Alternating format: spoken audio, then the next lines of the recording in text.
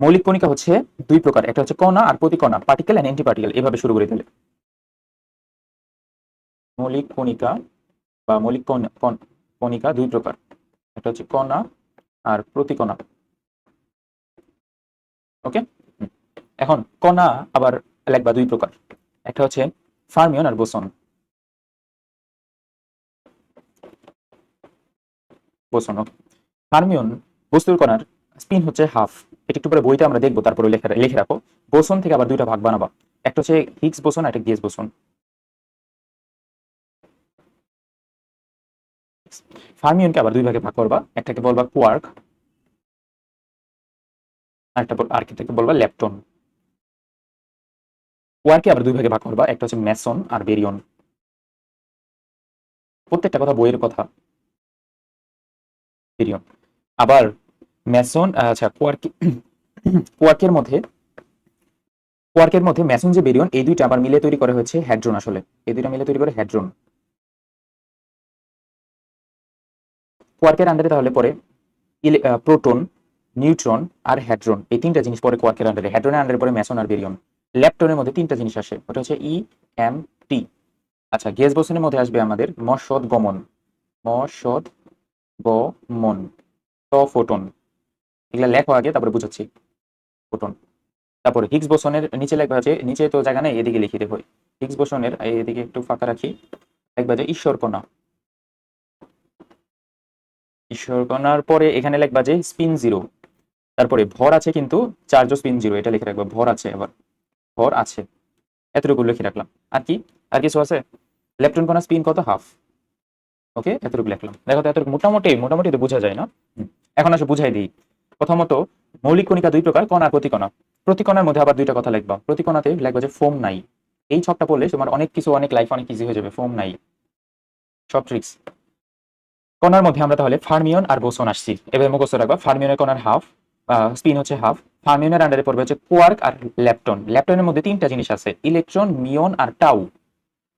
ল্যাপটনের মধ্যে তিনটা জিনিস আছে, ইলেকট্রন, মিয়ন, টাউ। বারবার বলবো আজকে। কোয়ার্কের মধ্যে তিনটা জিনিস আছে, প্রোটন, নিউট্রন আর হ্যাড্রন। প্রোটনের মধ্যে এখানে দুইটা কথা লিখবা। প্রোটন মনে করবা পজিটিভ, নিউট্রন মনে করবা নেগেটিভ। মনে করবা আর কি, ট্রিক্সের জন্য মনে করবা। নিউট্রন তো নেগেটিভ না, নিউট্রন তো নিউট্রাল।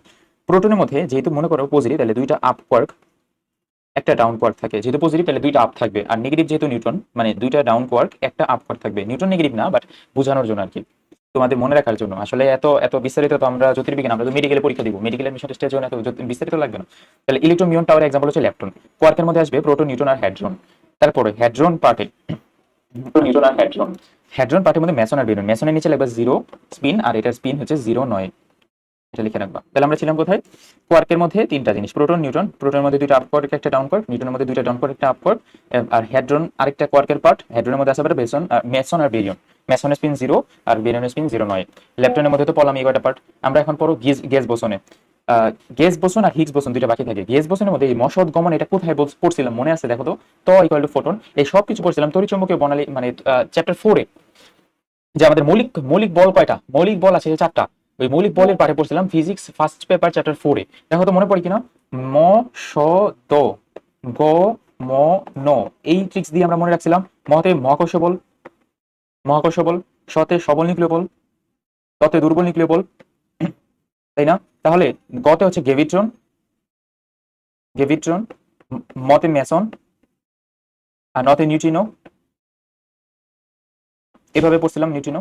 তার মানে কি দাঁড়াইলো? মহাকর্ষ বলের গ্রেভিট্রন, সবল নিউক্লিয় বল মেসন, দুর্বল নিউক্লিয় বল নিউট্রিনো। এটার মানে বলের যে কণাগুলো আছে, ওই বলের কণাগুলো লিখছি। মসদ মানে গমন, এভাবে সিরিয়ালি তুমি যদি মনে রাখো তাহলে হবে। আবার ত ইকুয়াল টু ফোটন মানে তড়িৎ চুম্বকীয় বল। তড়িৎ চুম্বকীয়, তড়িৎ চুম্বকীয় বলে হচ্ছে ফোটন। ফোটন, এই যে যতগুলা কণা বলতেছি, মৌলিক কণিকার যত কণা পাইতেছো, গ্রেভিট্রন, মেসন, ফোটন, এগুলা এগুলা সবকিছু আসবে গ্যাস বোসনের মধ্যে। গ্যাস বোসন আবার একটা বোসনের আন্ডারে পড়ে, গ্যাস বোসন।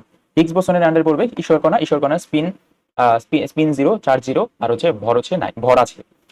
তাহলে আমার কথা হচ্ছে এটাই যে, আমার কথা হচ্ছে ভাই এটাই যে, মানে আমরা এই ছকটা আগে মোটামুটি পড়লাম। এই ছকের মধ্যে মানে এই ছকের আন্ডারে যা যা বললাম তা মানে তুমি আগে আত্মস্থ করবা, 2-3 বার পড়বা, পরে আত্মস্থ করবা।